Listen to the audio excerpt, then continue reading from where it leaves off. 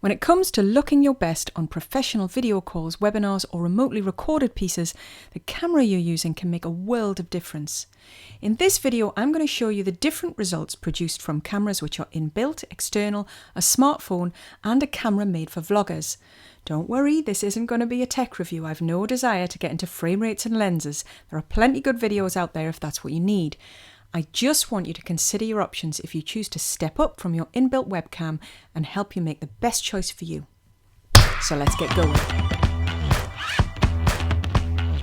This is my usual setup for typical day-to-day Teams meetings, and I am regularly complimented on how fabulous I look. I think, to be fair though, most people actually mean the look of the picture rather than my hair behind. But since my job is event and video producer, I absolutely should be practicing what I preach.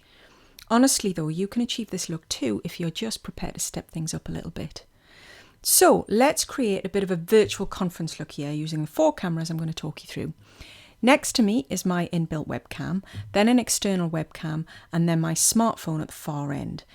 Finally, I'll talk you through this vlogger's camera on here too. Okay, so first over to Claire number 2 to talk us through the inbuilt webcam. So this is my inbuilt webcam, and you can see the huge difference. It's grainy, it lacks sharpness, and because of where my computer sits on a plinth on my desk, it's at a terrible angle. And this is the camera on a brand new Apple Studio display, so it's no slouch when it comes to your average inbuilt. In my MacBook, it's similar quality, and unless I add something to raise it up and add an external keyboard and mouse, I've rendered it useless as a computer during the call. Now, I don't have an average corporate PC laptop here to make a comparison, but I have seen enough to tell you honestly that in terms of what I'm showing you here, they're pretty much of a muchness. Okay, so let's step things up a little bit and take a look at just about the most popular business external webcam. Claire number 3 is using the Logitech C920. It's a pretty solid option to jump you up in quality from your inbuilt in most cases. It has some exposure and colour quirks that I won't go into here. I've just had to switch off my purple lights in the ceiling to get some sort of colour balance. But as an affordable batch purchase for staff to pick up from the IT department and use ad hoc, or even issued one to every member of staff, it's pretty good. Even using the inbuilt webcam mic is a step up from the one on your laptop because it's generally in line with your mouth. Now, at the start of the pandemic, you couldn't get your hands on these for love nor money or pretty much any webcam, but the price has come right back down now to a more sensible level. I bought this one in October last year to test and demo on behalf of a client, and it was about 70 quid. As of today on Amazon, it's just under 54. There's an affiliate link below if you want to check it out on Amazon. Now, in lots of ways, this next option arguably produces the best results, but it does have some drawbacks using your smartphone. This is an Apple iPhone 13 Pro Max. Actually, it's not even mine, it belongs to my other half. But if I launch some bridging software on my iPhone and on my computer, then I can use it as a webcam. With some software, you can do this wirelessly, but in all honesty, it's much more reliable, particularly with lip sync, if you just plug it in with a USB cable to your computer. Now, when you go to your video conferencing software, you should see your smartphone listed by the name of the software. The 2 I've used in the past are Epoch Cam, and the one I'm using here is Reincubate Camo. Now, Apple will be releasing a new feature with its next macOS update called Continuity Camera, which should do away with the need for this bridging software or cables. But obviously I haven't tried it yet because it's not released. And also probably most critically for corporate users, it won't be applicable for PCs. It will be a Mac-only thing, I'm afraid.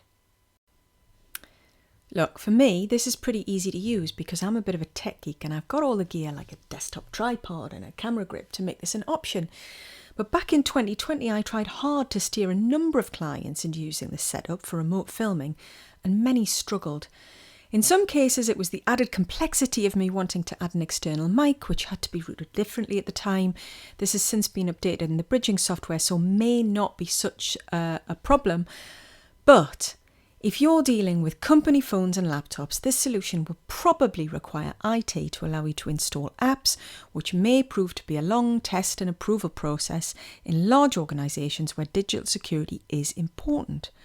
So it could be worth a chat with IT, get them on board and get these things installed by default. The other possible downside of this that lots of clients have noted in their feedback to me is that it ties up their phone when in use as a webcam. Listen, I'm no different. You pretty much have to surgically remove this thing from my hand. But if IT can support you in the apps and you can pick up a little desktop tripod and phone grip and you don't mind having it tied up while you're on a video call, then this is arguably your best solution from both a cost perspective and least amount of additional kit. I've dropped a couple of affiliate links below for tripods and phone grips if that's useful. However, your last but by no means least option is this. The camera I've been talking to you through for most of this video.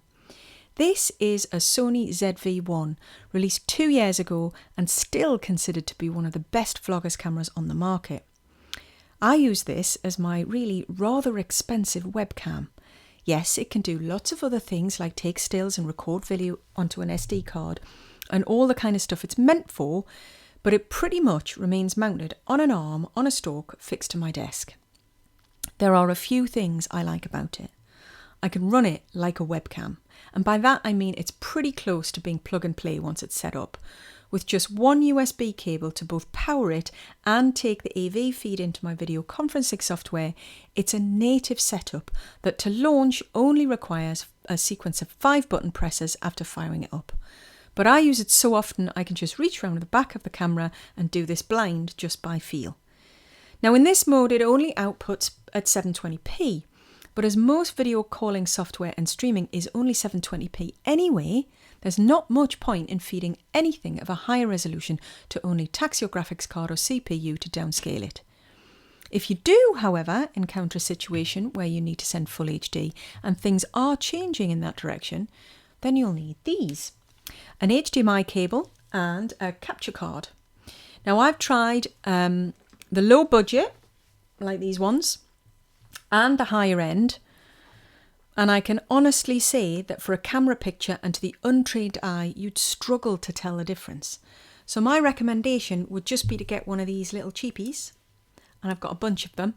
They're good at some things, they're not good at others, but that's a different story. The last thing I love about this camera is from a pure vanity point of view. It's called soft skin effect, and it totally does what it says on the tin. Artificially, of course. But as long as you're not moving around too much in the frame, it's pretty good at detecting your face and smoothing out any wrinkles. I've got these crazy Aunt Sally style rosy cheeks, and this camera just evens it all out a treat. Beware, however, if you've a beard or stubble, because it'll just smooth it all out into this unnatural looking blur. So, sorry guys, some of you might have to look a bit more rugged and worldly. But here's the killer on this setup. The camera alone is pushing 700 quid. Now at the time of recording this, Amazon had it up for 667, so it's still not cheap. Where and for whom I'd recommend this camera for in your business is someone who spends a lot of time on external webinars or needs to record regular pieces to camera. This might be your C-suite directors, your PR officer, or someone who is regularly called upon for commentary. It's probably overkill for internal meetings and even debatable for high-profile client presentations. So, as a super quick visual recap, let's have another virtual conference style frame layout like we saw at the start, just so you can see at a glance the differences. Then you can make a reasonably informed decision on whether improving your look on camera is worth some upgrade investment. All the Amazon affiliate links to all the products I've mentioned in the video are in the description below, and if you get stuck, drop me a line and I'll help you if I can.